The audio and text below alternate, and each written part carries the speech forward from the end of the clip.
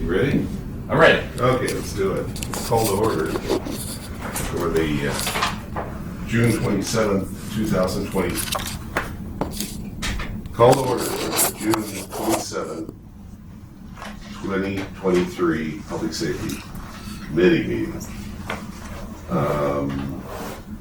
Pledge allegiance. Could you take care of that? Ready to begin?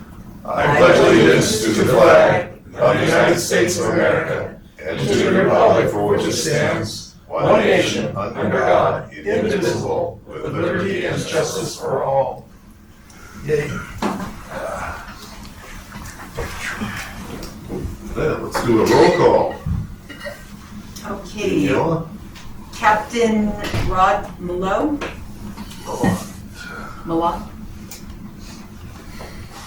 Chief Cheyenne Mull. Shane Mull. Captain Jay Christian. Present.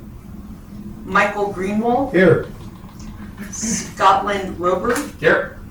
Nick Bercuda. Here. Vice Chair Charles Hightower. And Chair Rick Loeffler. And Rick Loeffler. No longer. Yeah. He's gone. So how Cross quickly it out. forget, huh?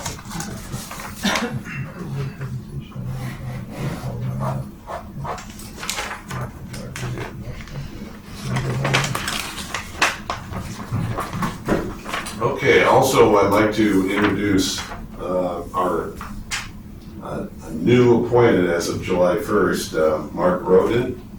Mark, would you mind coming up and saying hello?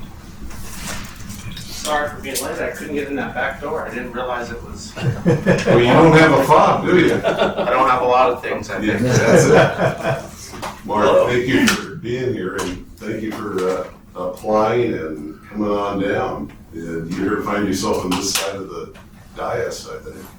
Well, I'm looking forward to it.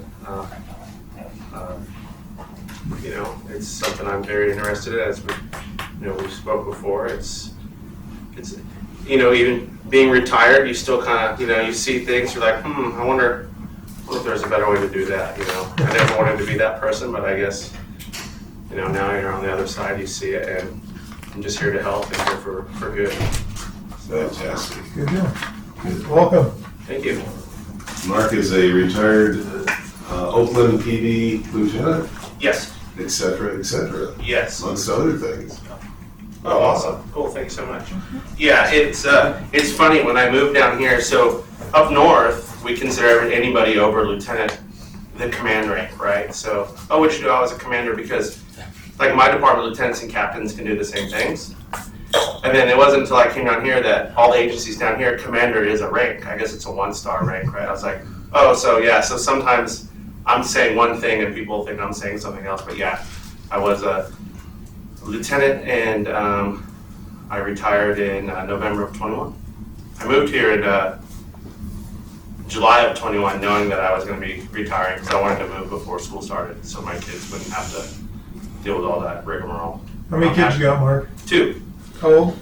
6 and 9. Cool. Yeah, so I'm full-time dad. I work a day or two at one of the local breweries. I mean, that's probably not hard to guess with the way I look, but I think this is where my passion lies. Good. Cool. We've got a lot of stuff that will intrigue you, I'm sure. Thank you very much. So, hang in there. Thank you, Mark. Very good. Okay, Mike? Yeah. If anybody hasn't met our new crime prevention specialist for the San Clemente area sheriffs, it is Ryan Case. Ryan, if you wouldn't mind coming up. Ryan is the spearhead of our neighborhood watch, and as I was privy to one of his meetings. I don't know if anybody ever followed up from Seaview with you, but would you just kind of give us an overview of what's been going on? Yes, sir. Good afternoon, everyone. Since I've taken over this role, the last few months we have had a tremendous boom as far as interest in our Neighborhood Watch program. I've had the opportunities to put it out on social media, at certain city events and functions, and a lot of it's by word of mouth. I'm from the school of getting out in neighborhoods, doing foot beats, shaking hands and talking to people. Most of our turnouts range between 20 and 30 people, which is, I think, pretty considerable compared to other cities that neighborhood watch programs. I'm encouraged by that. As far as my style of neighborhood watch programs, one of the things I like to do before I actually have a meeting in a neighborhood is I will walk through the neighborhood a couple of times, different days of the week, different hours of the day, to get a sense of what the neighborhood is like, and then also to get sort of behind the mindset of what a potential burglar or thief would look at in the neighborhood as far as weaknesses and security gaps. And then I bring these issues before the neighborhoods, and I provide solutions or offsets to mitigate the damage. Between that and crime stats, the neighborhood assessment is the hot ticket. That's what everyone likes to, hear about first. I'll present my list of solutions, give people a chance to ask questions, and then afterwards, I offer up home assessments. What I did in a neighborhood, we're now going to scale it down to, each individual home, and I've gotten a lot of requests for that. I've been doing a couple of those a week now. So the Neighborhood Watch program is thriving. I'm getting lots of block captain applications coming in. And one of the big things for me is I have a roster where people sign in. So I can kind of keep attendance and follow up, but it also provides a point of contact for my block captains to talk to people in their community. And I'm getting a lot of people who are signing up, putting their email addresses, phone numbers down. So I'm anticipating by the end of this summer, we will have upwards of 30 Neighborhood Watch programs done with 35 to 40 block captains.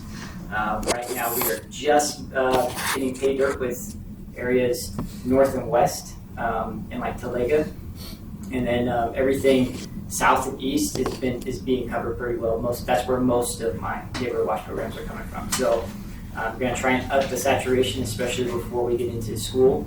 A lot of people, their schedules are sort of dictated around what their kids have going on. So I'm just going to hit the ground running, promote this wherever I can, and get the word out, see how many more block captains I can get before October. Good deal. Is there anything we can do to help you? The flyers for the Schroeder event was great. If you live in the area, if you talk to people word of mouth, my email address is out there available for everyone. I always encourage people to reach out to me that way because it's the best way to get a hold of me. I can get that from home. And I also have files where I'm able to send these directly to people who are interested. I have, I'm sure you've seen it. It's a flyer basically explaining what Neighborhood Watch is and how the process works and working with me to make one happen. And the email address is sccrimeprevention@ocsheriff.gov. And so I encourage people left and right. I hand out business cards that just have my email address on it. I tell them to reach out to me there. So whether you're having breakfast with people or you're at a meeting, you're at any sort of function locally and people are talking about issues that they have, whether it's quality of life or it's crime related, that's my role. So have them reach out to me. If I don't have the answer, I will give one. If it doesn't fall under my wheelhouse of things I'm good at or that's within the realm of my responsibilities, I know the people at my station who are there, so we'll definitely get an answer for them. But yeah, word of mouth has been the biggest driver of this program so far. Well, Brian, you're doing a great job. I mean, you really are. Your presentations are great, and we really appreciate it. Thank you so much, and thank you for your help. And like I said, if there's anything we can do for you in the committee, reach out. I mean, you've got my phone number, my text, whatever you need. I appreciate it. Great. Thank you, sir. Thanks. Thank you, Chris. We also invited one other person, and for some reason, his wife having a baby seemed to be more important than some of the meeting. But Captain, your school resource officer, and how you guys handled the problem with the pier, incredible. 24 hours and you have people in custody. That was just amazing. So really, tell them thank you very much from the committee. Yeah, will do. Thank you. I mean, just boom, done. Thank you. Good. Okay. Very good. Okay, now I'm going to introduce our presentation now. Please come up. I'd like to introduce Kelly Schroeder, Sentinel Free Nuclear Generation Station, SONS, Emergency Preparedness Manager, who is a second generation San Clementian, residing with her husband on a hill that overlooks San Clemente High School, where Kelly, her mom, and her son have all attended and graduated. She's a San Clemente through and through. That's great. For the last 37 years, Kelly has worked at SONS. She's amassed decades of technical experience in the areas of radiation protection and radiological emergency preparedness. Additionally, Kelly is a National Registered Radiation Protection Technologist. Please welcome Kelly. Thank you. Nice introduction. I feel bad with my back there, everybody. So you can see the March 28th date on these slides. I actually had updated them and obviously didn't get them here on time. Nonetheless, they're pretty much the same material. So I apologize that we had to reschedule. I ended up spending time in a hospital as well, so couldn't be here then. Okay, our guiding principles, some of you may have already have heard this over and over again, but it's safety, stewardship, and engagement. What I'm doing here today is a part of that engagement and sharing a little bit about the decommissioning project, really with a focus on the emergency preparedness portion of it. Just some plant history for those of you that have lived here a long time like myself. Unit 1 went online in 1968 and was permanently retired in 2008. That's when we actually decommissioned that site. The Unit 1 reactor footprint, for those of you that have seen the spent fuel on the pads, it literally sits on the pad of where Unit 1 used to sit. Units 2 and 3, as you can see there, went online in 1983 and 1984, and we retired those 2 reactors on June 7th of 2013. The date that forever changed my world, and many others. Spent fuel storage, we have over 50 years. We have dry cask storage since 2003. Sites around the country have been doing dry fuel storage for more than 50 years. The timeline, which is really hard to see, but if you take a look, we are essentially where the first line, the second line. We're in the process of the major decommissioning work. The project actually goes out to 2028. That's when the final decommissioning of where the reactor buildings sit will be complete. That's when the land gets turned over to the Department of the Navy, who we lease our land from.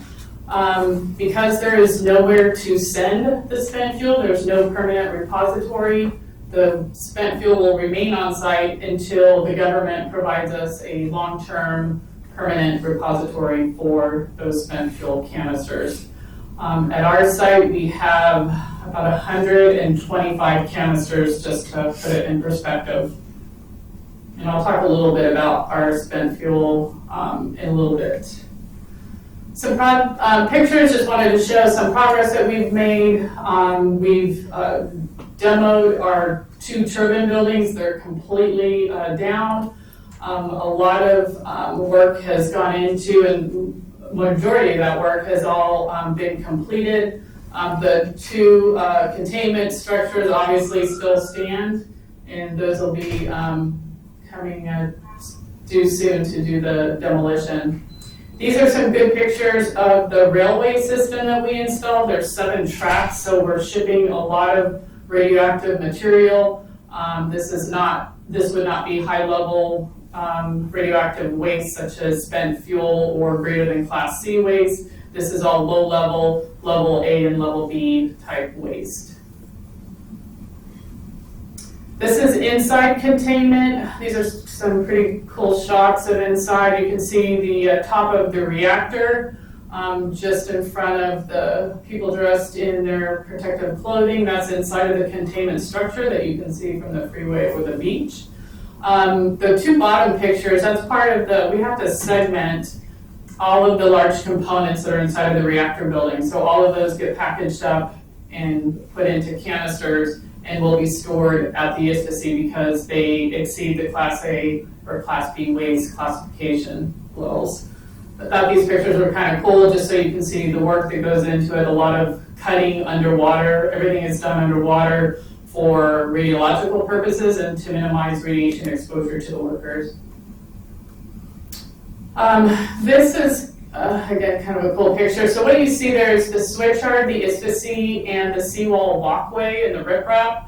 That's what's going to be, that's looking ahead, say another 6-7 years, that's what will be left. Just the switchyard, the dry fuel storage where the spent fuel canisters are, and then the walkway. And that's required per our lease that we maintain that seawall walkway. Kind of a before and after image that just shows what the bluffs look like with the 2 reactors sitting there and what they will look like when it's gone. We're required by regulation to restore the land back to its original state. Of course, we can't do that with the ISPC pad, the dry storage. I'm sorry, I'm saying ISPC, the Independent Spent Fuel Storage Installation is, that's the acronym.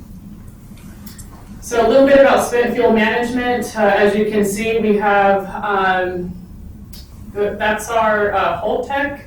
Those are vertical canisters that are below grade. Those, we have 73 of those. And that's a picture from our station. It's a pretty picture.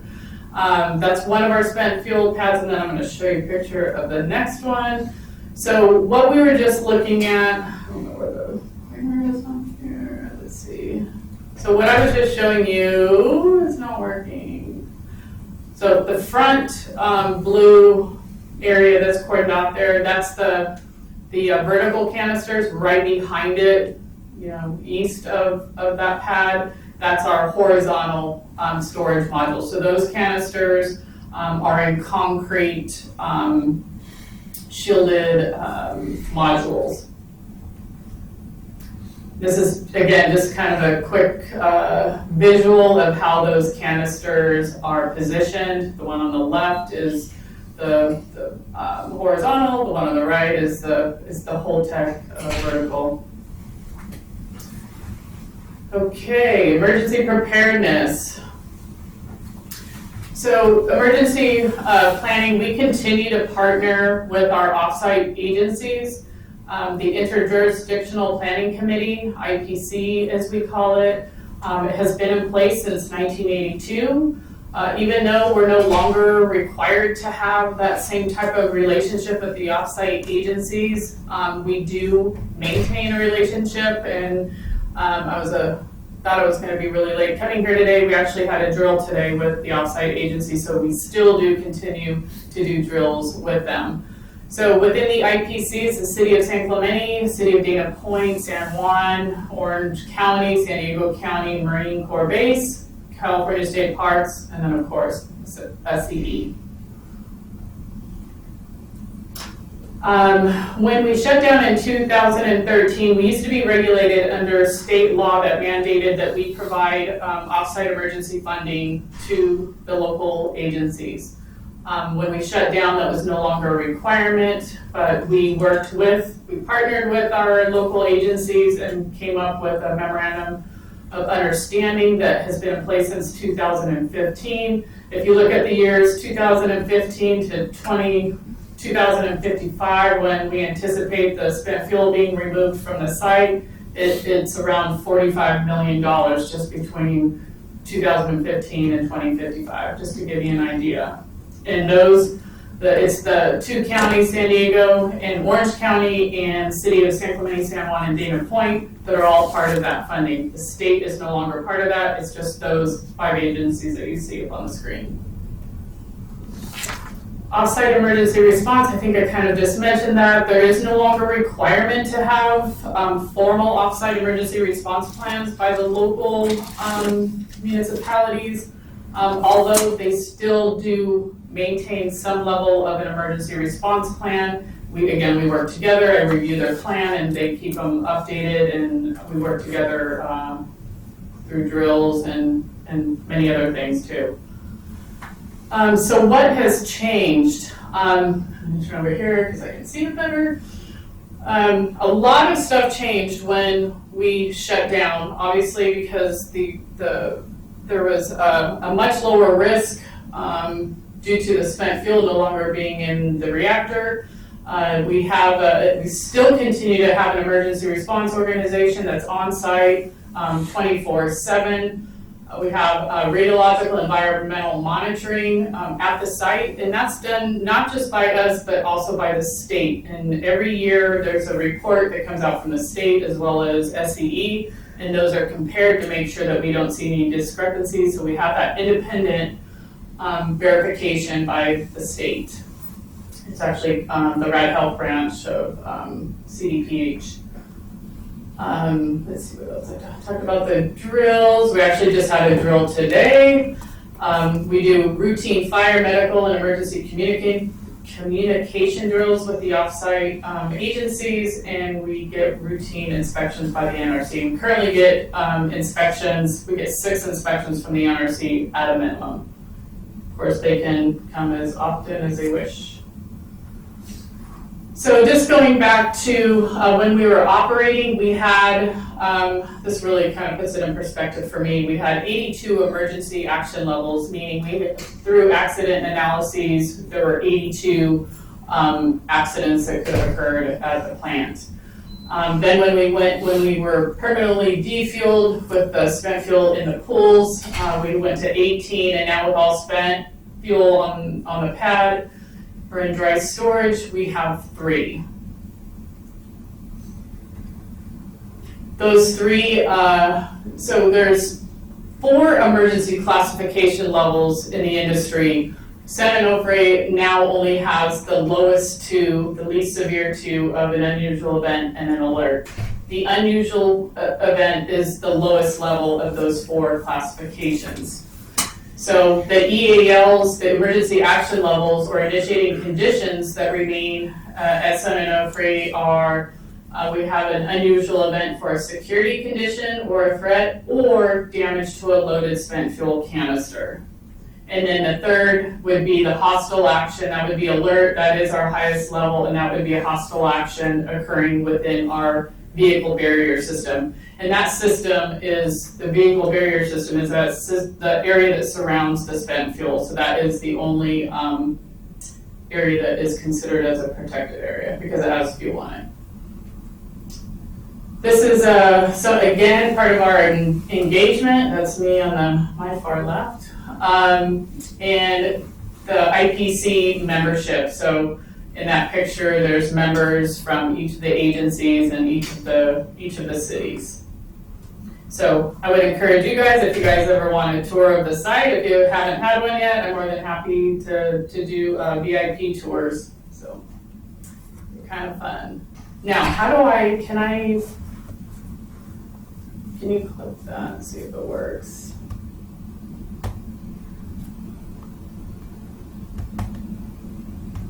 No. What if you hold down control? It might be because it's a PDF. Yeah, not working. Oh, shoot. Okay. Well, if we can come back to it, if I can get it to work. Can you copy that and put it in the browser? Oops. Or I could have you go to the SOMS community website. So maybe let me get through the presentation, and then if we have time, go back to that. Mm-hmm. Is that okay? Okay, Whatever you need. Yep. Okay, we talked about that. yes, the animation's cool. Staying informed, the SOMScommunity.com website, which is where the previous link is also there. It's available to the public. There's a lot of great information on the SOMScommunity.com website. There's all kinds of information about what we're currently doing with decommissioning, our community engagement panel meetings. Has anyone gotten to a community engagement panel yet? Not yet? Well, you can watch them virtually, or you can attend those in person. We're back to a hybrid schedule for those, so we do those quarterly. We have a panel of 17 members. They're all volunteers from various local municipalities and governmental agencies. There's one person from SCE, which is Doug Bowder, our chief nuclear officer, that also sits on the panel. But again, a lot of good information, and it's really what I would encourage you guys to do when there's members maybe from the public that have questions about what's going on at songs. The CEP is a great way to do that and ask questions as a member of the public. And then you can sign up for a Songs Monthly Update, and then of course we have a Facebook, Twitter, YouTube, and Instagram account where we will show pictures of, kind of updated, a snapshot of where we're at in the decommissioning process. And that was fast, but are there any questions? So, do you have any? Yeah, I'm curious about the spent fuel storage. Why is some of it stored vertically and why is some of it stored horizontally? That's a Or good is it question. all the same fuel? It's the same fuel, it's a different design, mainly because when the vertical was not even designed at the time. That it's just short answer is improved technology. So when we first put in the transnuclear horizontal storage module, they're called AHSMs, and then years later, in 2017, we put in the Holtec vertical modules. So, and then of course it's more aesthetically. I know a lot of people don't like the power plant on the beach, but at the same time, we're also trying to, it's better if it's below grade. No difference in the two. No difference in the safety analyses of either one. It's just they're just different. One's transnuclear, the other one is Holtec. One other question. I think that the most recognizable characteristics of songs being those two domes, what's the projected timeline to when those are on the ground? 2026, 2027, probably 2026 timeframe. And that's why I was hoping hopefully we can get the video because it kind of shows how it's going to happen. It'll basically just kind of, there it is. It's because I don't have full screen. Do you want to play it now? Oh, sure, perfect. Yeah, this is cool.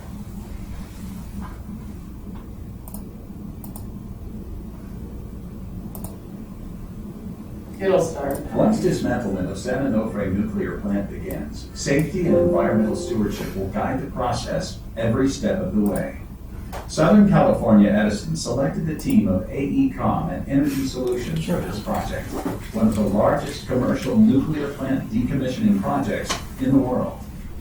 This animation illustrates a conceptual technical approach which will be refined during the detailed planning process. The initial demolition will focus on clearing areas of the property to facilitate staging and seamless loading and removal of debris. This demolition on the north side will also clear space for a rail spur to allow for transportation of debris, such as concrete and rebar. So that's all gone now, the Next, stuff the in front of the team will reactor lead path buildings. down to the intake area by Already removing gone. the turbine buildings, creating access to the west side of the property.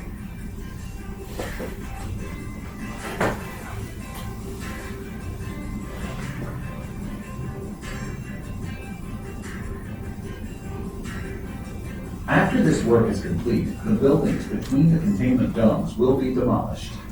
Temporary structures will be used during demolition to control dust and other debris. Areas within the safety, fuel, and nearby buildings will be demolished internally. In the final stage, the containment buildings will be demolished using a bottom-up technique that has proven effective in prior nuclear plant decommissioning projects.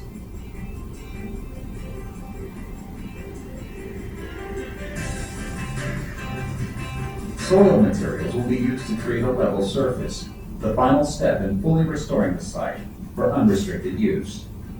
San Onofre's used nuclear fuel, which is regulated as high-level radioactive waste, will remain on site in a robust steel and concrete storage facility until the federal government provides an off-site facility as required. The San Onofre decommissioning team is committed to environmental stewardship and remaining engaged with the community throughout the decommissioning project.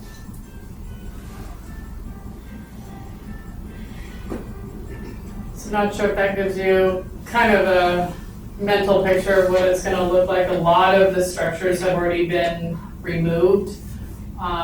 The two turbine buildings are already gone. There's a lot of stuff that's already gone, and now it's just working on the inside the containment structures. Did I answer your question? Sure.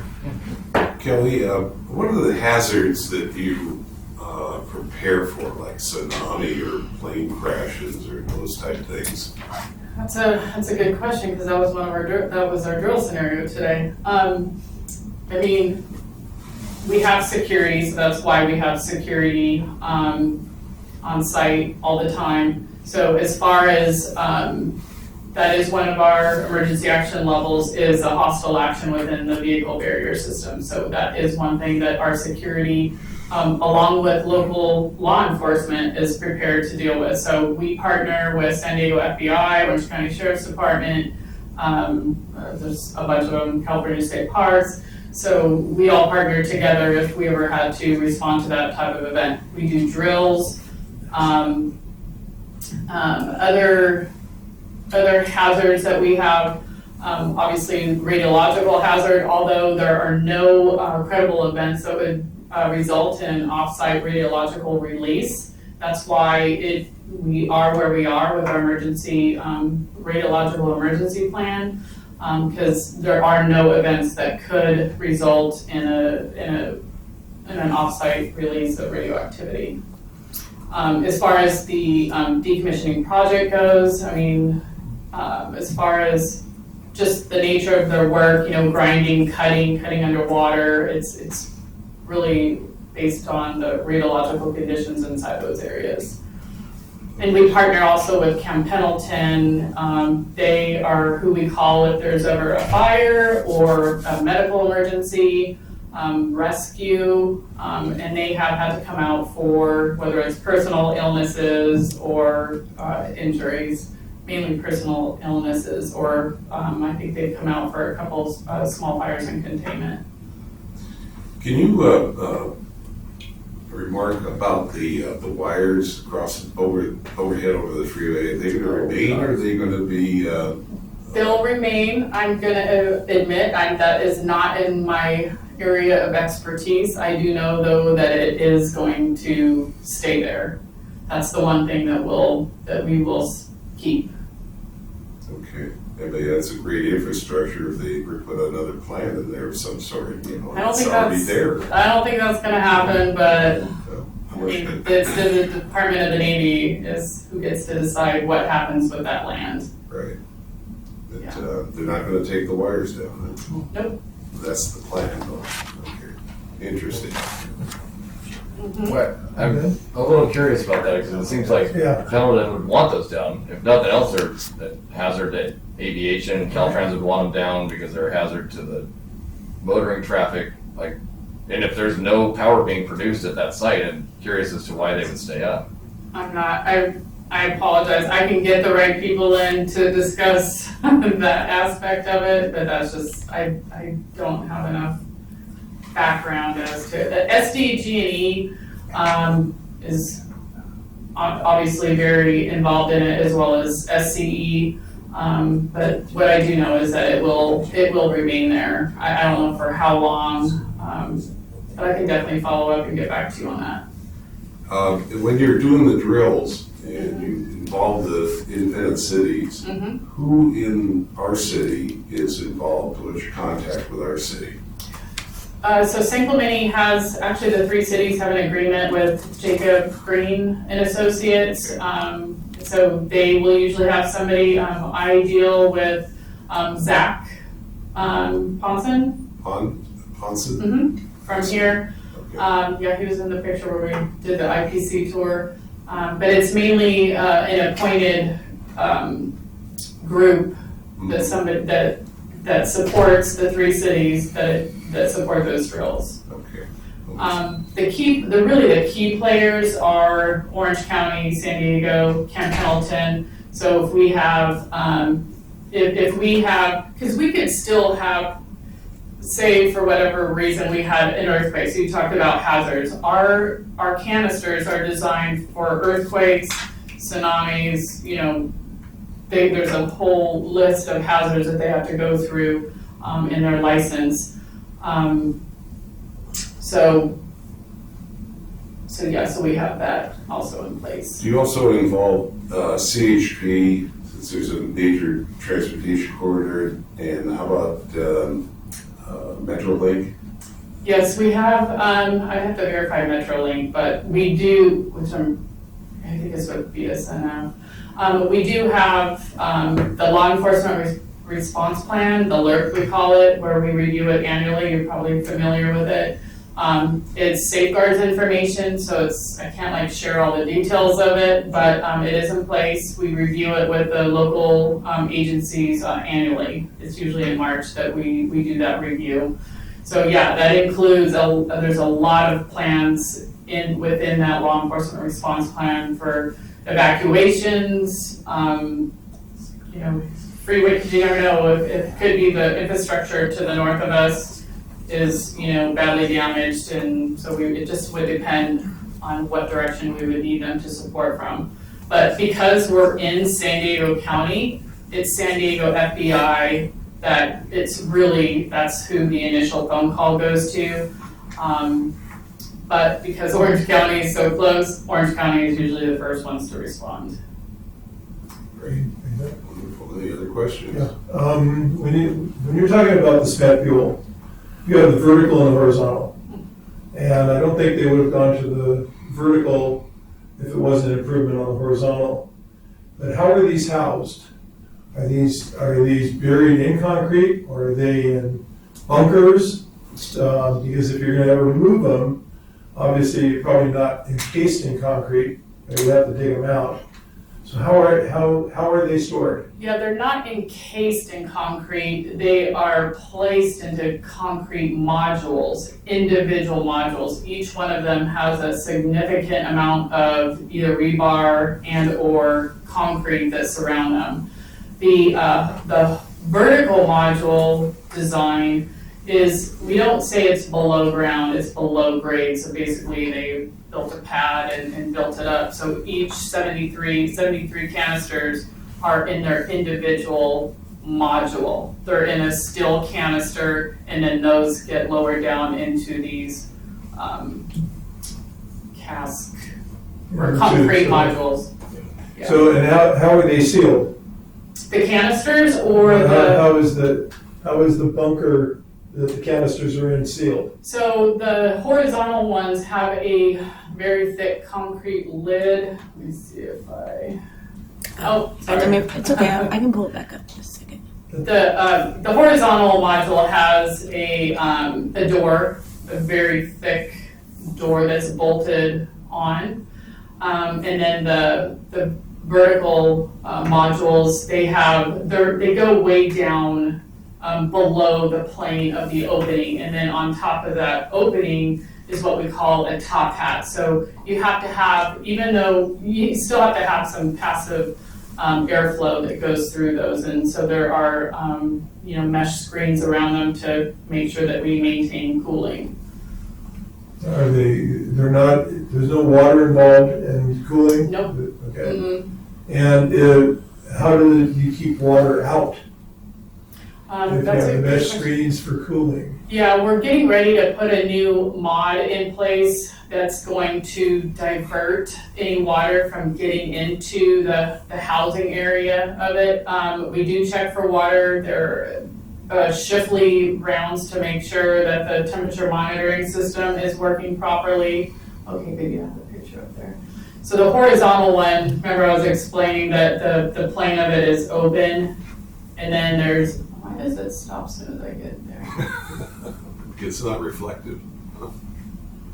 Anyways, around the opening, you can see how low the canister itself is, and then there's, I don't know the exact distance from the top of the canister, which is also sealed in very heavy shielding it's about, I don't know, probably 6 to 8 feet between the top of each canister to the top of where the top hat would sit on.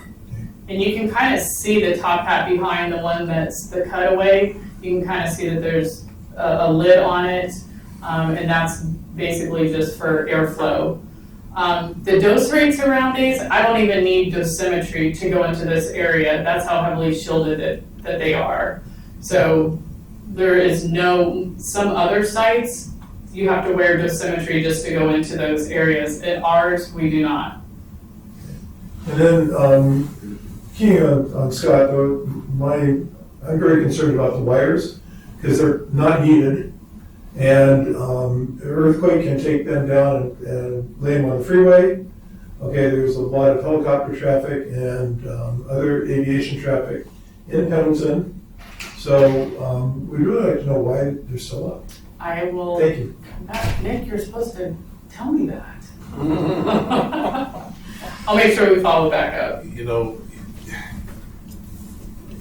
you never know what he's going to ask. That's okay. It's a good question. It is. It's not a bad question. And if he wouldn't have asked, I probably would have. Yeah. But thank you very much for your presentation, and just a comment. You've lived in town for a few years, right? 54 to be exact. Yeah. Okay. And if you were worried about that facility, you wouldn't live here, would you? No, I would not. I feel very safe there. I was pregnant there with my son, who is now 28 with his own child. I'm a grandma of just 8 weeks. So yeah, I don't have any concerns. My mom worked there. So yeah, I don't have any concerns. See, and that's the key, is that people there are local, and if there was a concern, they wouldn't be local, I'm sure. Yeah, I mean, education, I realize that education is the most important thing, is if we have to educate the community and to help deflect some of the concerns.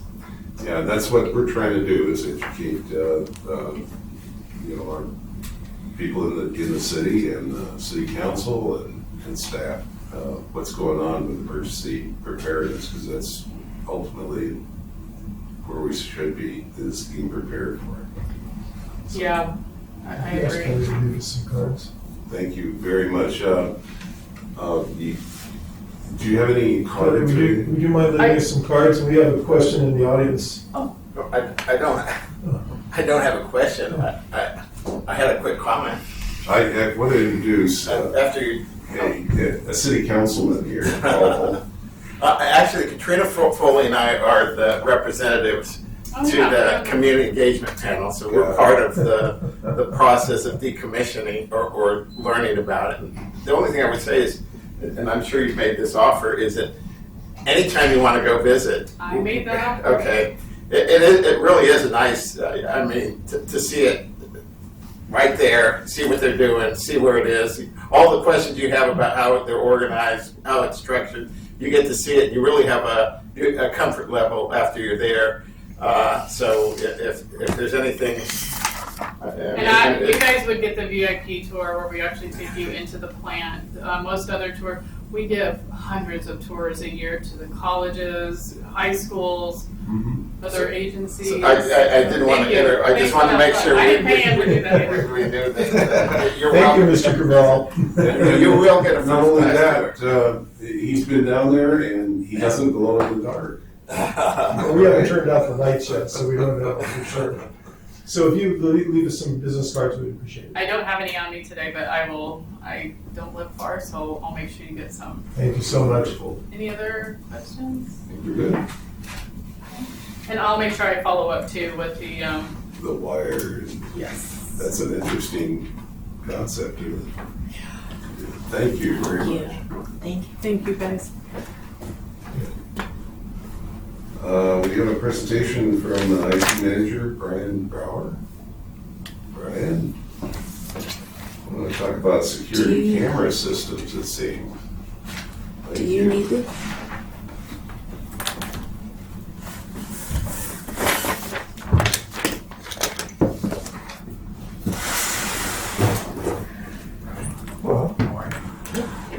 way. No, that's fine.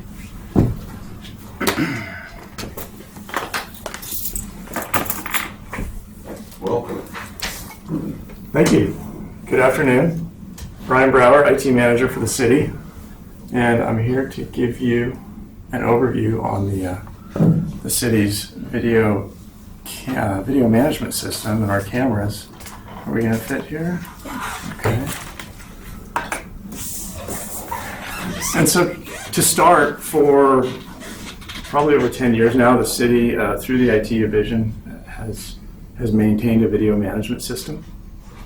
And it started out small and it's grown based on different needs that have arisen over the last 10 years. But the current system has approximately 60 or maybe 65 cameras. They're all fed into a central repository where the video gets stored, the recordings. And then also from that system, we manage access to the cameras. So the cameras can be accessed either live in real time or recordings after the fact. The cameras vary in nature. Some of them are attached to city buildings. Some are located out in remote locations around town. There are fixed cameras. There's cameras that have control with pan, tilt, zoom. So variety of different inputs that feed into the system. And so that's the simplest explanation of it. The purpose or the intent is public safety and providing a higher level of public service. And so the cameras get used for everything from police investigations by OCSD to live observation by our lifeguards. Rod's not here today, but the lifeguard department is probably the heaviest user of the camera system, but many groups throughout the city. The access is governed by city manager approval, so it's not a system that everybody has access to.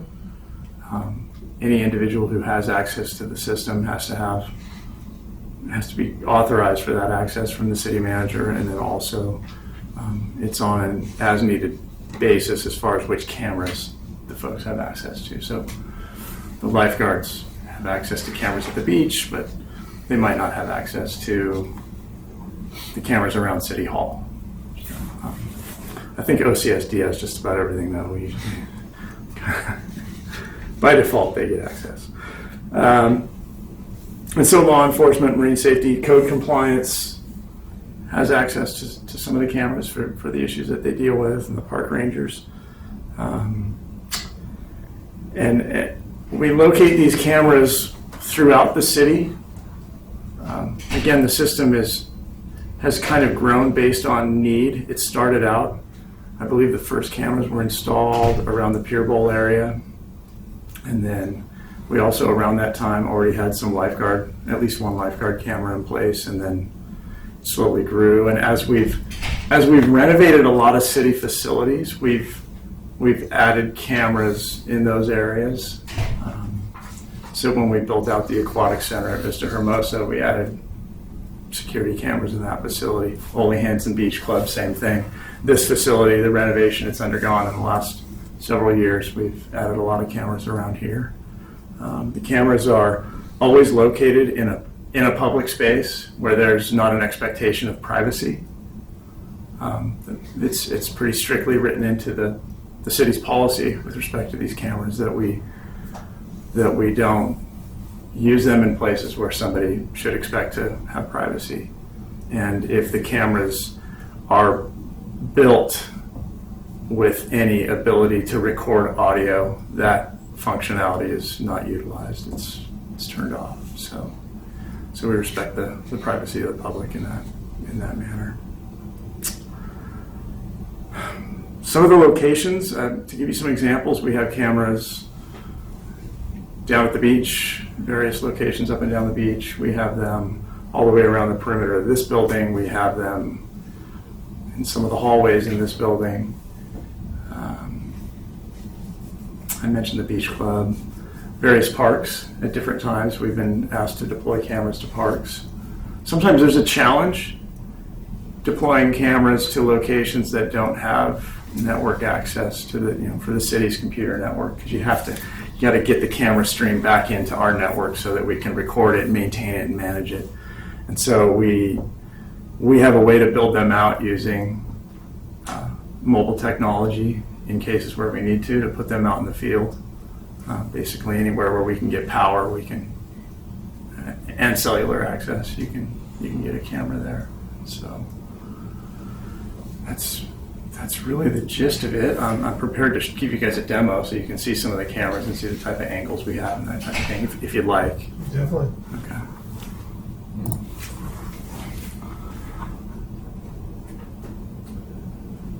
And if you can, the west side of Ole Hansen, overlooking North Beach.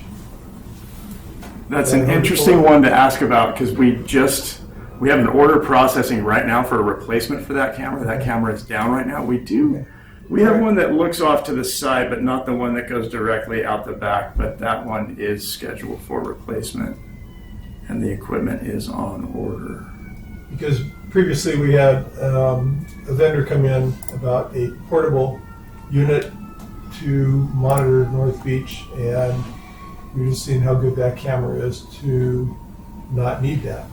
So when it gets up and running, that's fine. I can probably show you the angle, the exact vantage point that you have there on the back of that building, if you give me a moment, and then I could show you an example of a live camera that'll I'll show you just how powerful it is and what it can see, if that's sufficient.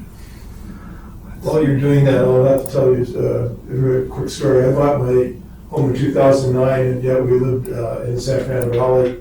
And you used to have a panoramic camera up by City Hall outside the sheriff's station that would pan around.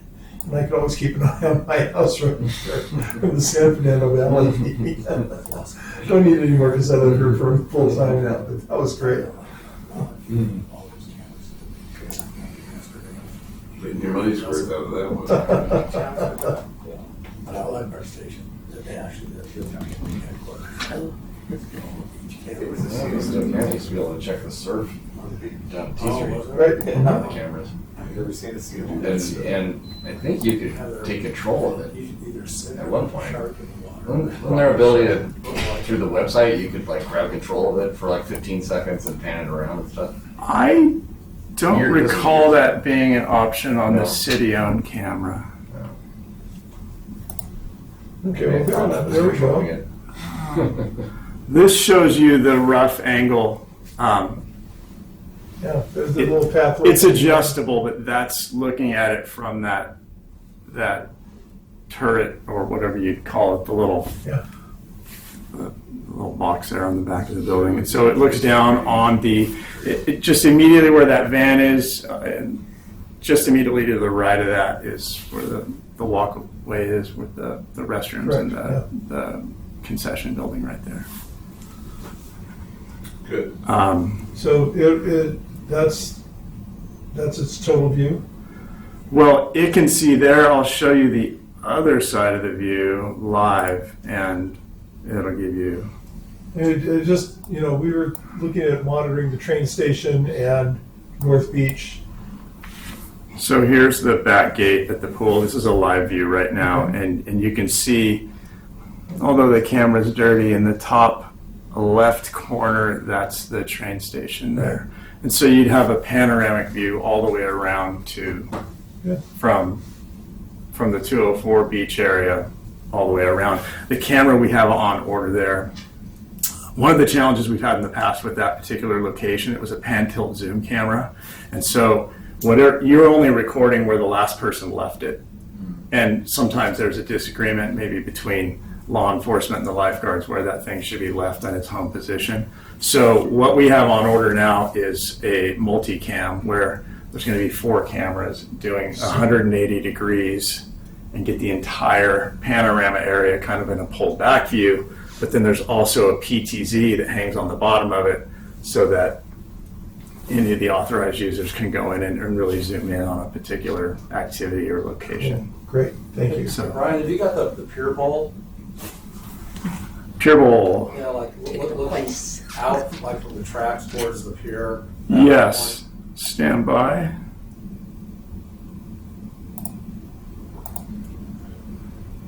Surprised at what you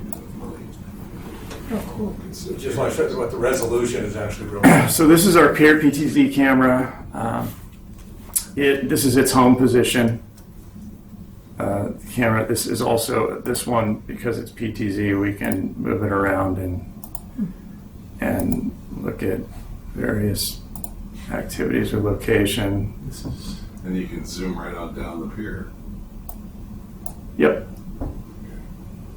Wow, that's cool. cool. Now, are you physically moving the camera, or are you just exploring the other views it has that it's already recorded? This particular camera is live and it's physically moving with these actions right here. So there's servos in there. There's Okay. little motors that are moving that camera around. Okay, so it can't catch the 180 degree without being moved. It does not. We've considered replacing this camera with one that does, based on the 360 degrees of activity that takes place in that location. It's a logical location for an upgrade to that type of camera. Right. Yes. Any other views you might want to see? T Street? Almost Here's, done the- this is the view from Tower Zero, so the lifeguards in headquarters have control over this. This is them looking down south. That's the inshore area at T Street. I'd move it around, but they might really be looking at something important right now. Don't appreciate it when we... Who's messing with my Yeah. Brian, the lifeguards have live control of that up in Tower Zero. The camera's located in Zero, but they control it from down at headquarters. We move it around to see if Rod can take a joke. Yeah.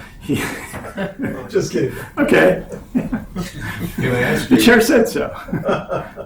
can I ask, how long is the recordings retained? A year. And then they're, Government code mandates a year. right, but that's what your standard is. Yes. Yeah. And what happens when the lights go off? Some cameras are better than others at low light coverage. That's, let me rephrase that. When we have a catastrophic electrical failure, what happens to your cameras? Most of the locations don't. Well, let me pause for a moment. Some locations have battery backup because the cameras are typically, they're often powered by a switch, and those switches are on battery backup for a short period of time. And so, like for example, in this building, there's battery backups on all of our switch infrastructure, and the switch, those probably last, call it 30 to 60 minutes. And so if there's a short-term outage, you'd still have coverage on cameras that are plugged into a supported switch. For example, Tower Zero has a small battery. You might only get a couple of minutes out of it. The one that's plugged into it's hanging on a street light that I showed you with the view down the pier. There's no battery backup on that I'm aware of, unless there is for our street light system, which I don't think that's All the right. case. Let's go to a different emergency preparedness one. As I understand it, the emergency generator available to power this building. Will your system be connected to that? Yes. And the system itself that intakes all of this video, it's on generator at our data center 24/7. So the server that receives and records video, assuming the cameras are able to capture and stream the video, the system takes that video in and keeps running. Gotcha. Yes. So that's important to, Yeah. you know, if you're gonna have a system, you know, make sure it's gonna work when you really need it. Yes. Do Somebody just moved that camera. you have any units that can be moved for temporary action? We have remote units that are semi-portable. It takes a city electrician on a boom truck, and you need to have a pole somewhere with power. To give you an example, we put them on various streetlights around town. We have one at the bridge at T Street, for example. And that one, because we don't have network access there, we build out these units that are a small cabinet, maybe the size of a regular desktop computer. And then the camera hangs off of that. It's got mobile communication equipment in there. And so it just basically has to be wired into an AC power source. Okay, what I'm looking for is, we have a disaster. And we'd like to get some video going for coordination type purposes. You know, a portable one that we could place somewhere and say, hey, go and it's battery backup and stuff like that. If we can find a pole or a wall with electricity, yes, we do. But we need something to fasten that unit to and a way to power it. Okay, so, all right. So if you had Okay.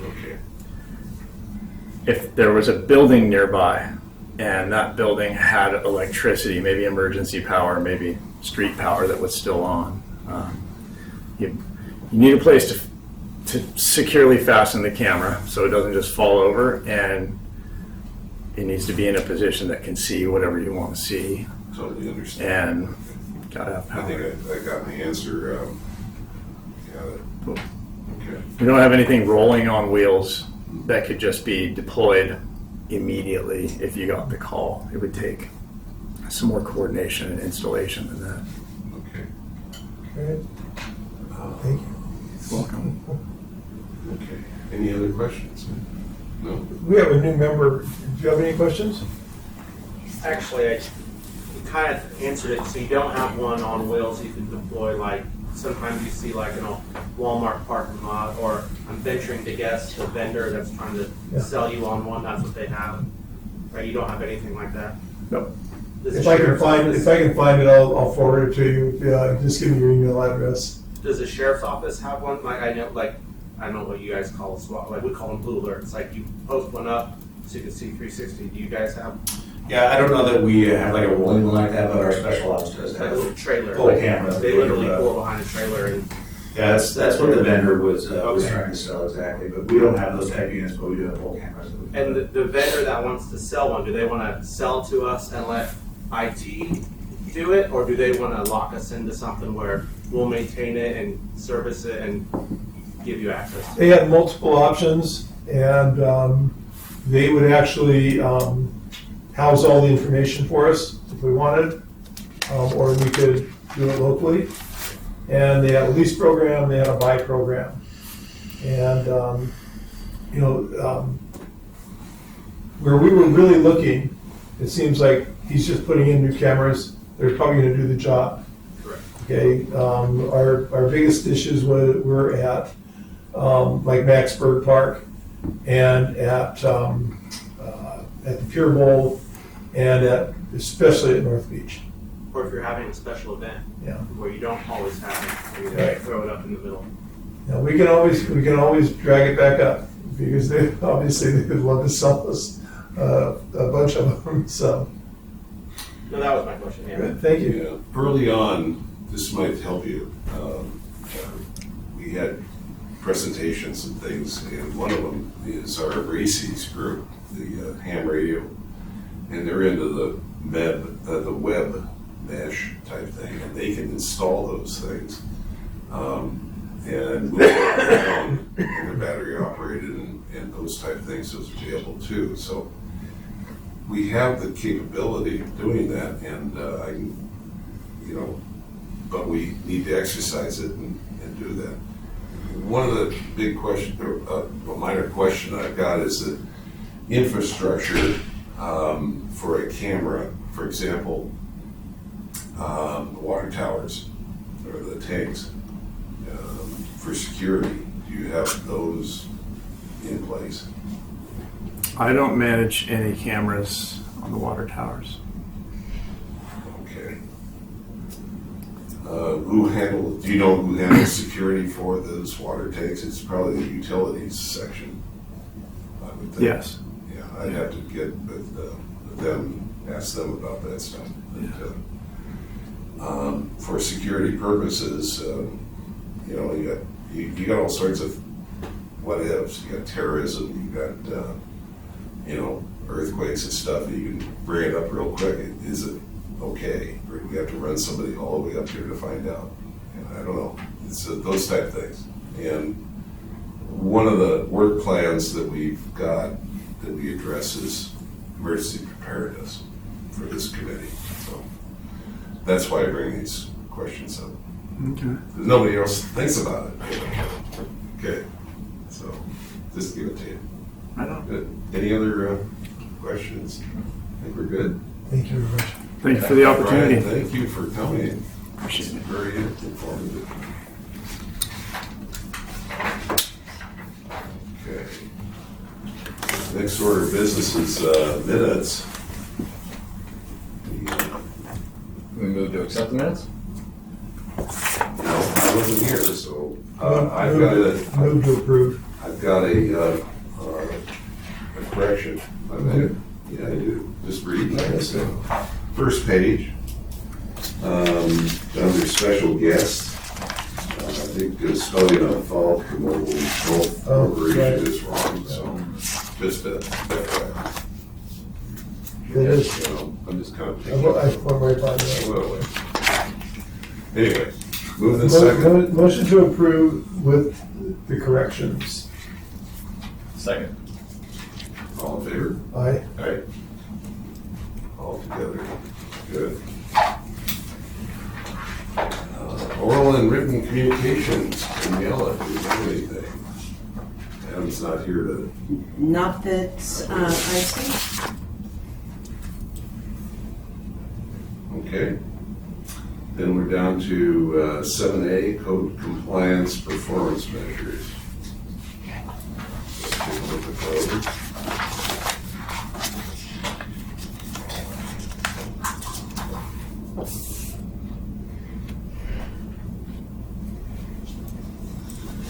Now, are you up on these performance measures? You can explain what they all mean? I couldn't explain in detail. These are a carryover that these were created, I believe, by council, these performance measures. Right. And it's up to us to say, do they fit? Do they make sense? Are they, providing you the types of data that you need? So that would all come from you. Right. So, I've got a question regarding that. Okay. If you look at efficiency, and the last thing is average number of hours assisting reservation and rental customers rental. Is that? You're talking about the park rangers? Well, this is performance measures and code compliance and park rangers, they're put together. It's this form here. I see where you're at. Okay. Now, my question is that per personnel or per what? Per day or what? Per rental. So each rental reservation that comes through, that's for that individual reservation. Okay. And is the 0.58 an hour or a day or I'm just trying to figure out what that means. It's an hour. Yeah, I would think that the 0.58 is just a little over half an hour. The 0.29 is a quarter of an hour. And then the other one's 3/4 of an hour. Okay. But does it take 3/4 of an hour to? I don't know. Look at What does that reservation. mean? Right. Yeah. Now, It's Right. here's a more technical question on assisting reservation rental customers. What does code compliance do in that regard? I mean, Code and park rangers, okay. if they have questions, laws, need to know where things are at. That's part of that customer service piece that we provide to them. So they're not booking the rentals. Well, there's always additional pieces in there. So when they're going out there for the reservation, oftentimes a lot of folks aren't given a lot of information about things. So either the ranger, or if a ranger's not around, sometimes code will assist. Okay, so this is rental of city property, Correct. not private property. This is rental of city property. Okay, gotcha. That's where I'm. Who takes the reservations for this? It goes through beaches, parks, and rec.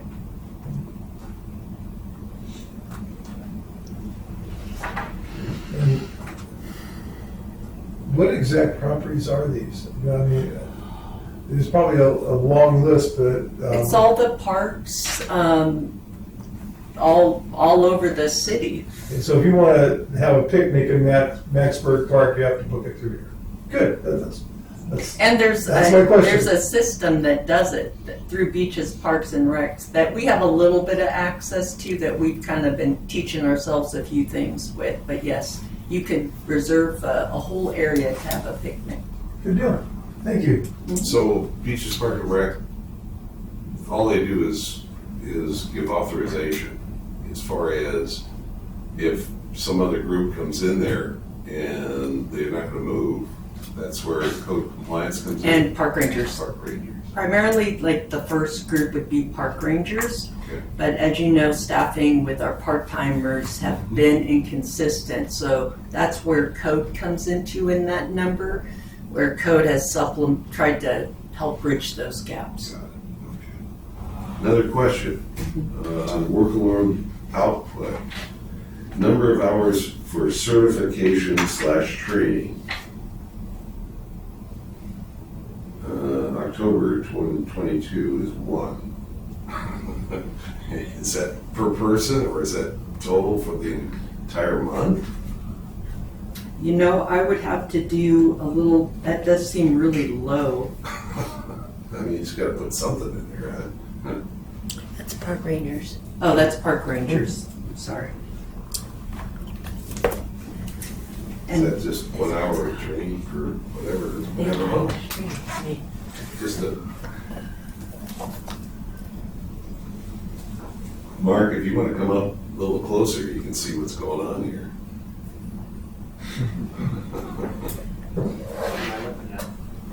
Sorry, I was told he wasn't a member officially till July, so I didn't That's get his okay. packet. No, That's I what get Adam it. told me. But Yeah. I wanna Yeah. make sure he understands what he's getting At least into sees what here. we're doing, John. I mean, Oh, I thought you guys were actually looking at a screen or something. Okay. So, I have an idea, maybe, so we have our external partners represented with sheriff Yeah. and fire, and we have our internal partners with lifeguards specifically. Park rangers and code compliance are another, I see it as another public safety related internal partner. Mhm. And if they're not gonna have a permanent, regular representative, But they do. Danielle is. the- oh, okay, gotcha, okay, I'm sorry. Yeah, what I was getting at was, that the performance measures can be a little confusing without that context. Yeah. Well, and I think that's why it would be good for your guys' recommendation to maybe separate, here's rangers, here's code, but whatever your recommendation is, we'll go with. Yeah, because looking hard at this to- thing, I have no idea what it all means. Yeah. Yeah, I kind of have the same feeling, and some of it, it's hard to figure it out. So I think it's your recommendation, I and think the committee is better served if you take a look at it. Okay, because it's your area. And you I see don't it. make these measures though. That's the thing. Those come from up.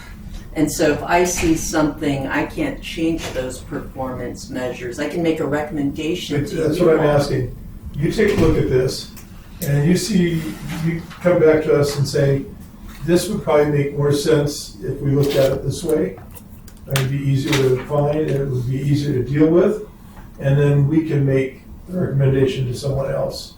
And maybe we'll fine tune it a little bit, okay? But, I mean, you're gonna be representing this every time, and we're gonna be questioning you on this, so it ought to be something that you can deal with and that you have some input in, you have some ownership in.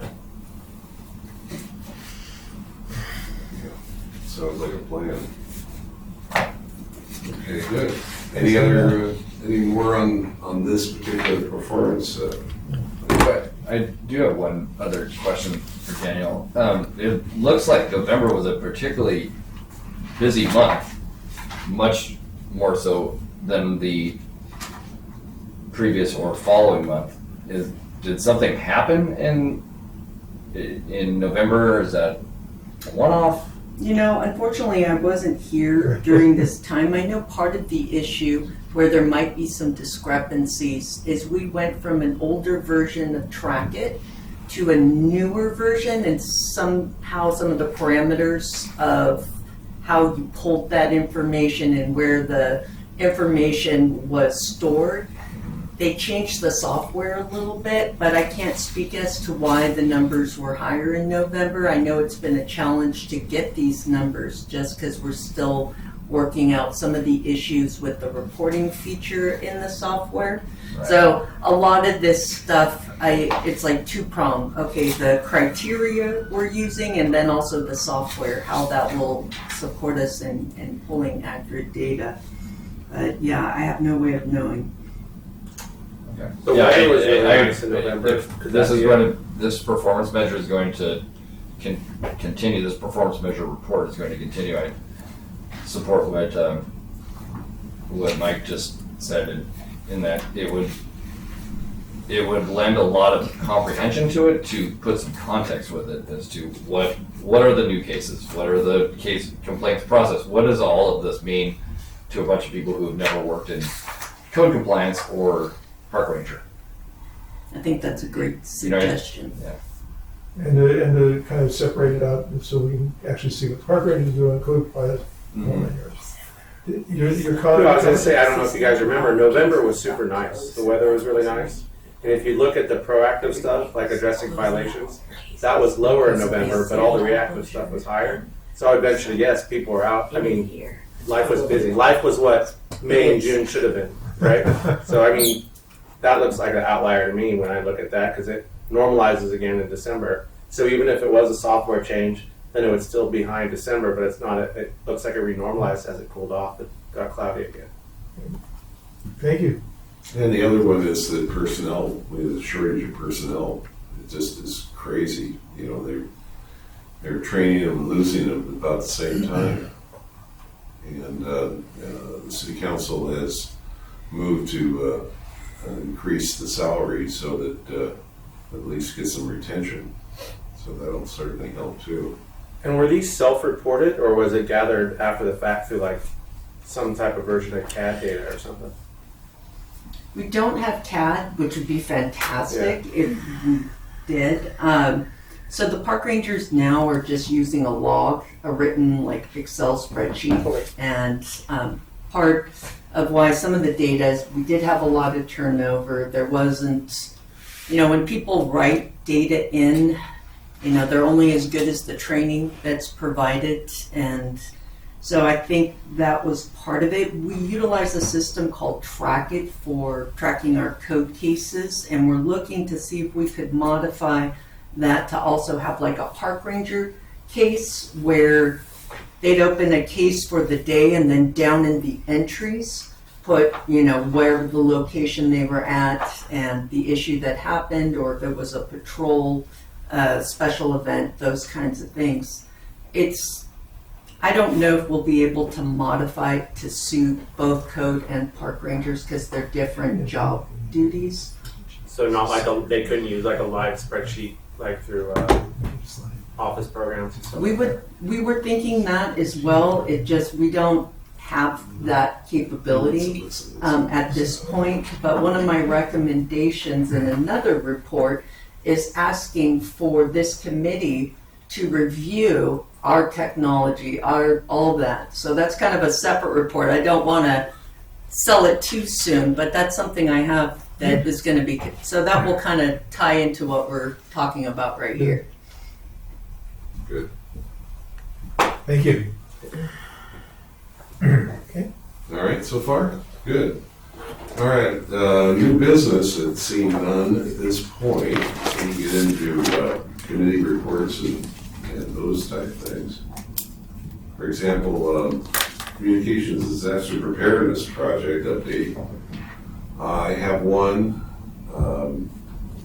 Abound Food Care. We had the city council earlier this month acceptance of that program, and that program is in response to our committee making a recommendation.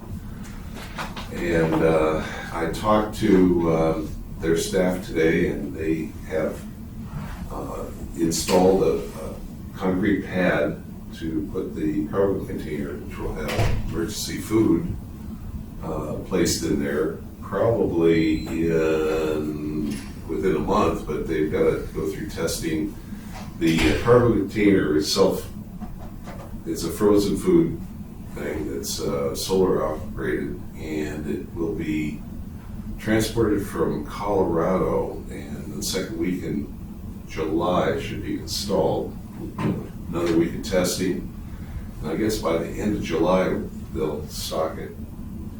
About 10,000 meals will be in there, individually frozen. And that's going to be a great asset to our emergency preparedness program. Anything on homeless and best management practices? No, not at this point. Legislative review. Chief, do you have anything on homeless that you want to bring up, or? I don't really have any updates. I mean, we're continuing to work with our HLO, Homeless Liaison Officer, Amber, works daily with the city outreach folks to try to get services to those folks in town. Some are accepting, some are resistant, but that's an ongoing, continuous effort that they work at daily. But other than that, I don't really have any updates on it. I do. So we had a big success yesterday. One of our very, very high profile individuals that hangs down at North Beach, that I think everyone knows about, got housing, and all his bicycles and all that stuff went with him, and it's looks like it's going to be a really good situation. They took him over to Torrance, set him up in an apartment, and then he'll be moving to transitional full-time housing. So knock on wood, it all stays that way, right? Really? Hey, there's a positive one. If we save one person, we're successful. 100%. Yeah, just a comment on the outreach folks and my homeless liaison officer. They work in a fantastic team concept. They're out there. We have great communication right now between sheriffs, outreach, public works, code compliance, park rangers. Whenever there's an issue that comes up, we have an email chain. People are very quick to reply to it. The issue gets addressed very quickly, and it's fantastic. And I don't know why it wasn't going on earlier, but it's going on now since I've been here in January, and it seems to be working great. I know I hear a lot of compliments about how North Beach is looking. Of course, any given day could turn, and it does, right? Some days look better than the others, and we're very cognizant of that. But the team works fantastic together, so I want to applaud the outreach folks and code compliance. And vice versa. Thank you. Yeah, of course. Wonderful stuff. Good. Legislative review. Anybody have anything on that recently? No. Yeah, I'd like to make sure that we agendize next time SB 553. We want to pass a law that you can't stop shoplifters. Hmm. That employers have to tell their employees that you'll be fired if you stop a shoplifter. I don't know what planet we're living on now, but it seems to be going out of control. What is the, Chief, you have any comment on that? Not on that particular one, but they try to get laws passed all the time that, recently they wanted to take away people's right to consent to search for law enforcement. So, I don't think that one went through. Might have something to do with taking away people's ability to make their own decisions on what they want to allow and not allow. It's still the United States of America, so it's good that one didn't get through. what is the? In 553, employers would be prohibited from forcing their workers to confront active shoplifters. And all retail employees would be trained on how to react to shoplifting. Is that it? SB 553. Right. So I think that we ought to take a look at that. And I also think that we had the conversation with the ambulance company. Were you there? No. At the last meeting, no, I wasn't. Okay, so this contract we have with the ambulance company, it is so one-sided, it's unbelievable. There's no penalties for them if they fail on an issue. Right. And yet, if we miss a payment, there's this, and you know, it's all on us. And I think that we could probably, hope to find a little bit better contract. I know that they're pretty much the only game in town, though. So. Well, yeah, and I'm in contact with the ambulance folks and with the fire department, get their raw data that Scott and I have been looking for. It's going to take a little bit of time. Everybody's doing their own thing, so, but I keep needling them, I keep calling them, so we'll have that data to find out what's it all mean. Is the stuff we're getting correct? Because right now, the ambulance company is reporting their data, and we don't know if it's the same as the fire Right, department. what the so- parameters are. Yeah. What that data means, what it includes and what it doesn't. So we're trying to, Nick has asked for the raw data from both the fire side and the ambulance side. So we can compare the two and kind of try to make sense of it and determine what the ambulance company's reporting under their contract, what they see as a success and what they see as non-compliance. But you're right, there's very little recourse built into that contract. I mean, I understand that, we're looking at the data, but I'm looking at the contract. Right. Okay, and I think that the contract should be improved a lot, so. I just think we're at a. It's a dual phase on it. and it's a way bigger Yeah, that. ball of wax separate. in that there probably needs to be more coordination with all the 201 cities that have the ability to write these contracts so that they can write more comprehensive. Yeah, so we're not the only one out there with sticking our nose out. Right. And Okay. then make some more standardization countywide as to what's being reported and what's not, what can be reported, what can't. Fortunately, we have the luxury of time on our side because our ambulance contract does not come up for renewal for a number of years. Yeah, 2 more years. So, yeah, at least 4 years. Do all the contract fire cities use the same ambulance company? No. They don't? Mm-mm. They don't have to. No, I'm just, Locally here, I was I think. curious. I think San Juan, Dana Point, and us all use Falk. Right? Yeah, as you move north in the county, then there's other ambulance providers. And not every city that contracts under OCFA can contract with their own ambulance company or can write their own ambulance contract because they are not what's known as a 201 city. They didn't ever have ambulance services, so they can't ever have ambulance Yeah, I'm services. familiar with it.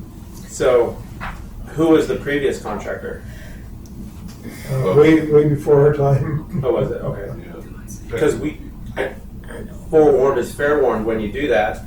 You switch, because we went through 4 companies when I was in Oakland, and the new company would come in, they would hire all the same medics. So they'd give you a good bid, they'd hire all the same medics, which the problem isn't the medics, right? The medics are good. But then the structure on how they're going to operate everything is now the new company, and then their eyes open up like, oh, I guess we couldn't provide this amount of service for this price, and it always goes back, whether it's AMR, Falk, or I forget the big outfit out of Florida, we always kind of ended up with the same result regardless of who we went with. So sometimes the grass is not greener. We're just fortunate in this town that in 2016, when they closed the hospital down, Yeah. the city council says, well, what are we gonna do to, and so they let a contract out for 2 24-hour ambulance to be stationed here exclusively. And do they do that? Yes, do. So the question is, are they efficient, or is it too much for them to do, and we need more? And we don't know that until we look at the data, Yeah. right? I would think two in a city this size would be plenty. Are they on at the same time? Yeah, Wow. yeah. And we're, but that's to back up the According to hospital Falk's data, district. they're not meeting their own performance. Well, I think part of the issue is where do they have to go all the way to Mission Viejo every Yeah. time to make a haul, right? Right. And there's probably nothing in the contract that when we have a bus out, they supplant with another one of the But reasons. they do. They do. Okay. And another problem is the hospitals are being so crowded and all that. It's called holding the wall time. Oh, for sure. Okay, and everybody's suffering with that too. So that's another thing in the mix on this thing too. It's not a real yes and no type thing. There's a lot of variables in it. What's that? Things. 2 years, right? Yeah. I mean, the contract's for 2 more years? Oh, yeah. Yeah. At least. So there's some more things that we're working on. We gotta stay on Okay. track. We touched on Neighborhood Watch. Great job, great job. Yeah, we're. Indeed, like him. Brian's nice presentation.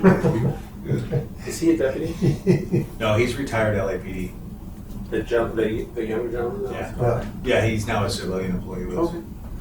For you guys? Correct. Even though in his presentations, he was really disparaging LAPD. And I'm just like, that's all my neighbors know. All right, anything on human trafficking that do we have? Do we have? A problem? Yeah, No, not really. okay. But with that being said, I met with Brenda Wells of the I-5 Freedom Network, her nonprofit. Sat down with her. She's great to talk to. She's a great lady. Had her come in with our BICE unit and give an informal briefing training to our deputies here. She did that back-to-back briefing trainings to kind of give them like a what to look for. If we're going to see this, it's typically seen in our massage parlors or local hotels. So kind of just be on the lookout for what questions to ask, how it may present itself. A lot of times it's not going to be like, a gal standing on the side of the road, more like it may come out as a DV call. They tend to present themselves as, boyfriend, girlfriend kind of thing. So it was very informative. The guys enjoyed the briefing, so Good deal. it was great. Great. Get some work on it. Another Good. big one. E-bikes. Okay. Fire department's not here to give us stats. What experience this last month have you had with e-bike collisions or enforcement things? Again, I had some of the touch-up I was going to comment on in reports, but I'll talk about it now. Again, as you guys know, we don't keep formal stats on e-bike collisions. I think that's more of a fire department thing. So we would just take our crime analysis employee to gather that information that she has to go through manually between all the bicycle collision reports and pull out e-bikes versus non-e-bikes. And I don't have any control of that, unfortunately. I can say I do know of at least 2 e-bike accidents that occurred in the last week. One at the high school was a minor injury to a teenager, and there was one yesterday, and I don't know the outcome of it, but it wasn't a fatal or anything. But they are occurring. We're seeing a lot more e-bikes out there. I don't know if we spoke at the last, I know I wasn't here at the last meeting, but we did have the bicycle rodeo at Vista Hermosa Sports Park in conjunction with the city. turnout wasn't so great. It was on a Wednesday. I think they probably should consider maybe doing that over the weekend, or maybe another location like the schools, get more participation in that program. But from what I understand, it was a good program. I will just touch on the fact that, we're aware in the Sheriff's Department, San Clemente Police Services, of many community concerns about the rise of e-bikes, the underage, or not underage, but the young population of e-bike riders we have now. Specifically, they get referred as e-bikes, but they're really e-motorcycles. Those Surons, I'm sure you guys have seen around town. If you follow any social media around town, there is a lot of concern, a lot of outcry about unruly riders, their behaviors, some of the additional behaviors that go along with that population that is riding these motorcycles. Just of note, those electric motorcycles are illegal anywhere in town. Can't ride them on the trails, can't ride them on the streets. They do present somewhat of a challenge for enforcement, especially when they are riding. However, that being said, we have focused some efforts on our bike trails, the beach trail. We've had Tyler, who had the baby yesterday, couldn't be here today, but he's our SRO of the city. During the summertime when school is out, he is stationed at the beach. He is on the ATV at the beach. He's also on bike patrol with one of our e-bikes. We have 2 of them in town. They were out doing some enforcement last week, concentrated on different trails around the city, as well as the streets, made some enforcement stops. We did impound 4 of those electric motorcycles in the last few days. So we're listening to the concerns. We know it's an issue. I do have a couple events planned in the near future for more like a saturation event for enforcement specifically related to these electric motorcycles, for education and enforcement and impounding of the vehicles. And ultimately, what can we do with kids? It's going to come down to the parents, right? So just as in any situation, we have a juvenile, we don't release them in the field. Parents are contacted. So just like with these stops on the bikes, the parents are called, they come down and to explain to them what we're doing, why we're doing it. It's not always accepted with the parents, but we try to educate them on the process as well and let them know they can be liable for allowing their juvenile child to ride these illegal motorcycles. They can be cited for allowing them to ride unlicensed, because what you need with these motorcycles is you need a license. A lot of this ridership is under the age of 16. You have to be motorcycle endorsed. For them to be on a public roadway, they need to be registered, they need to hold insurance, which won't occur because DMV won't issue VIN numbers for these vehicles. So creates a problem. They're great. I will be the first one to say, what a great vehicle. I would love to have one. I'm not going to spend the money for one since I can't ride it around anywhere here. It really blows my mind that a lot of the folks in town will buy these motorcycles at base start at $5,000 and let their 12, 13, 14-year-olds ride these things around town, a lot of times with improper helmets. You have to have a DOT approved helmet to ride these things. A lot of these kids are out there riding them with bicycle helmets, which really will do nothing in a severe accident. So again, it's all about education and enforcement, getting the word out that we're out there, and we're definitely do enforcement on this. So after our enforcement efforts this last week, I've noticed an uptick in the social media comments to one of our posts about impounding Surons. So it's not always taken favorably, but at the same time, we're not here to make 100% of the population happy all the time. That's just impossible. But obviously, as you guys know, our efforts are geared towards public safety, not only to the riders, but to the general public around the riders. Chief, my worst concern with e-bikes is I see young girls, like they can't be 14 or 15, and they're riding one with their friend on the back, and they're wearing like Barbie helmets. Okay, are they allowed to ride 2 on a bike? Some of them are designed, some of those have seats for two ridership.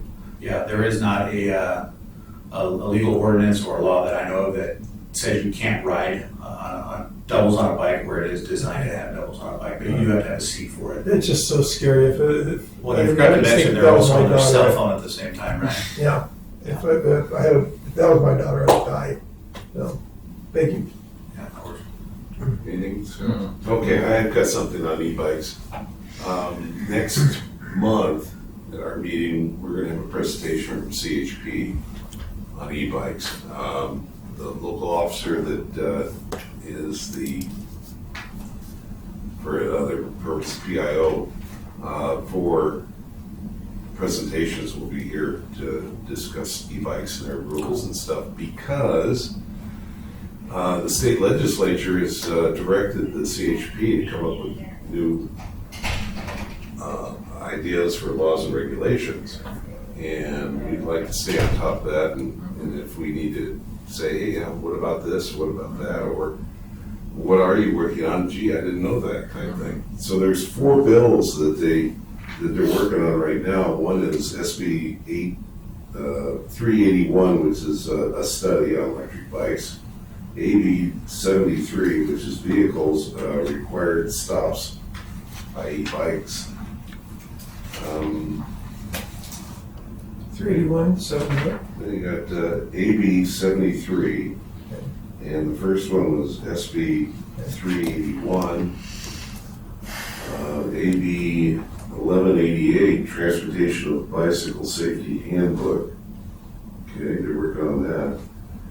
And SB 295, Vehicles, Regulations on Public Property. So it's going to take a couple of years before we get anything formal out of it. But in the meantime, we got to start working together with, CHP has that major corridor right through town. And on the on ramps and off ramps, that's their jurisdiction, right, Jake? Yes. So we have to incorporate them into whatever we're doing for public safety to make sure that we're all talking the same way if we can. There are going to be some differences, but at least we'll have a presentation to understand that. Yeah. And we can ask the questions. That's what Okay. Like the chief said, it's up to the parents. It really is.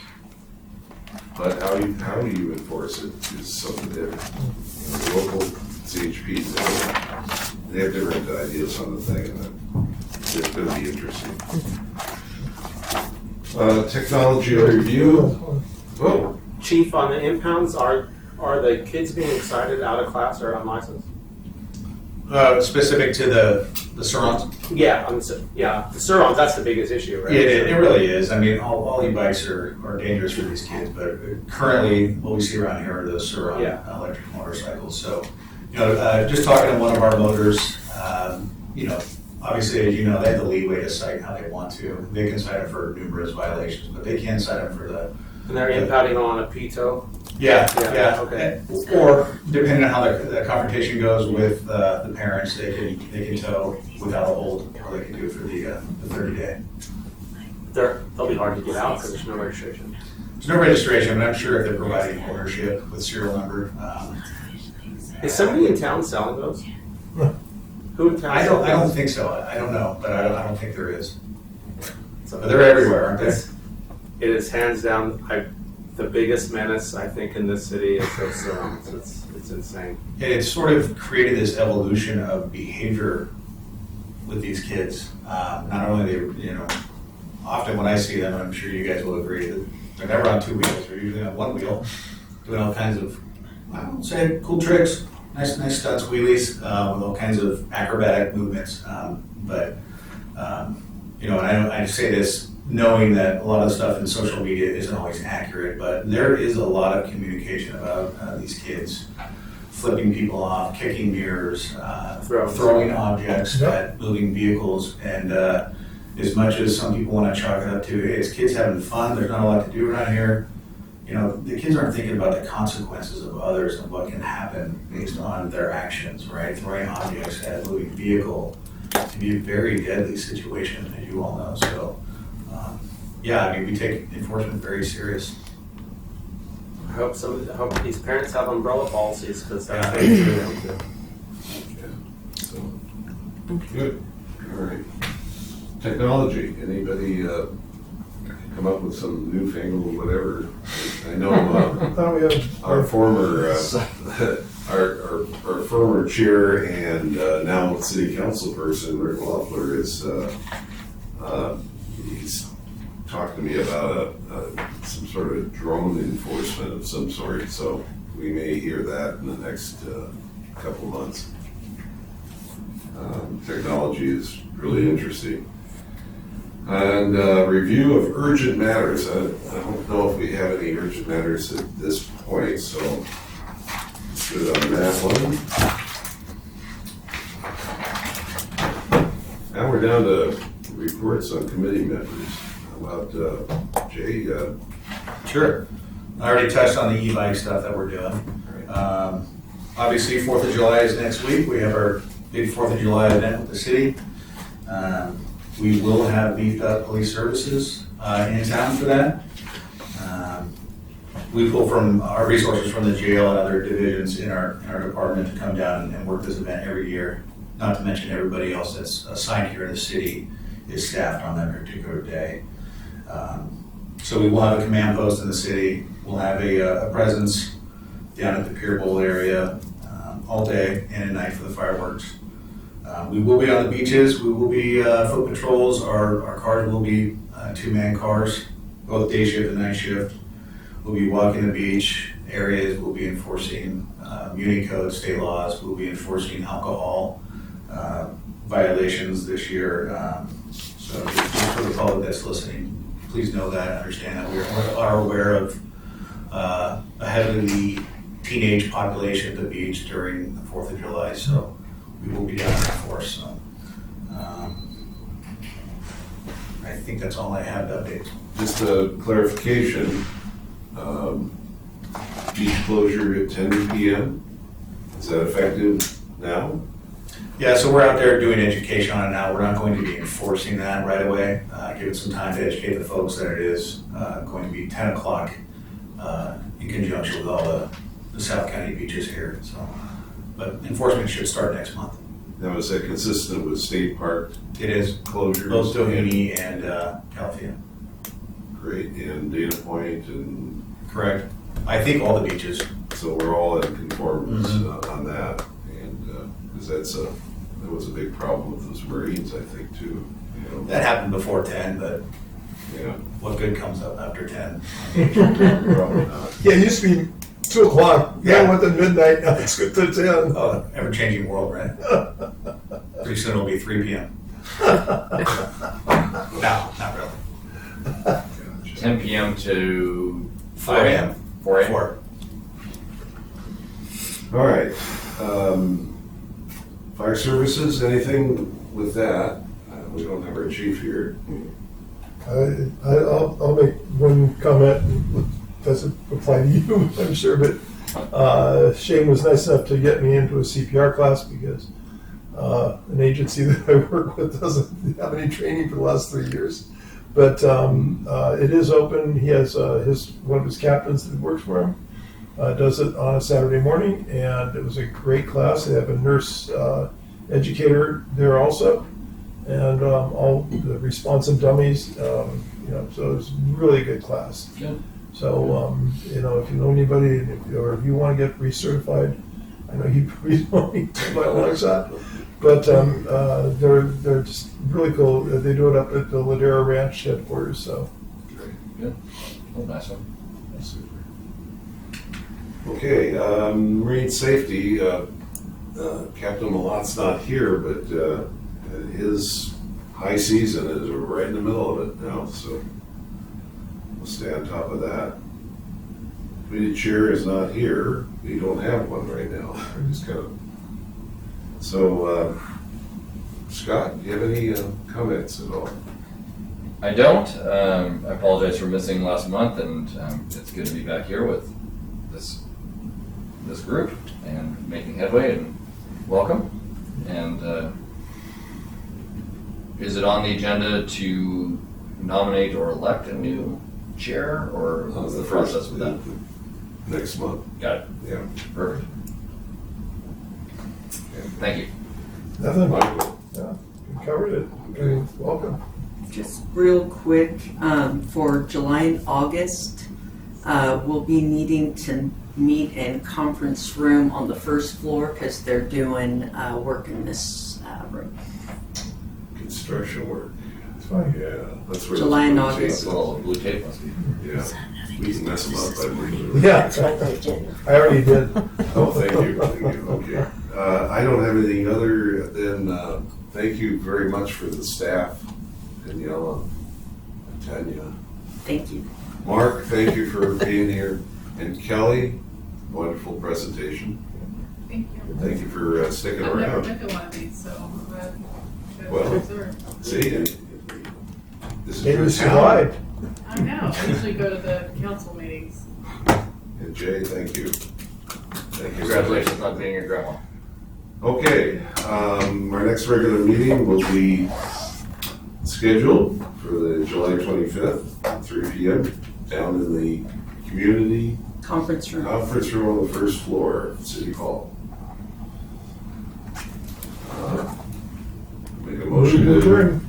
Second. All in favor? Aye.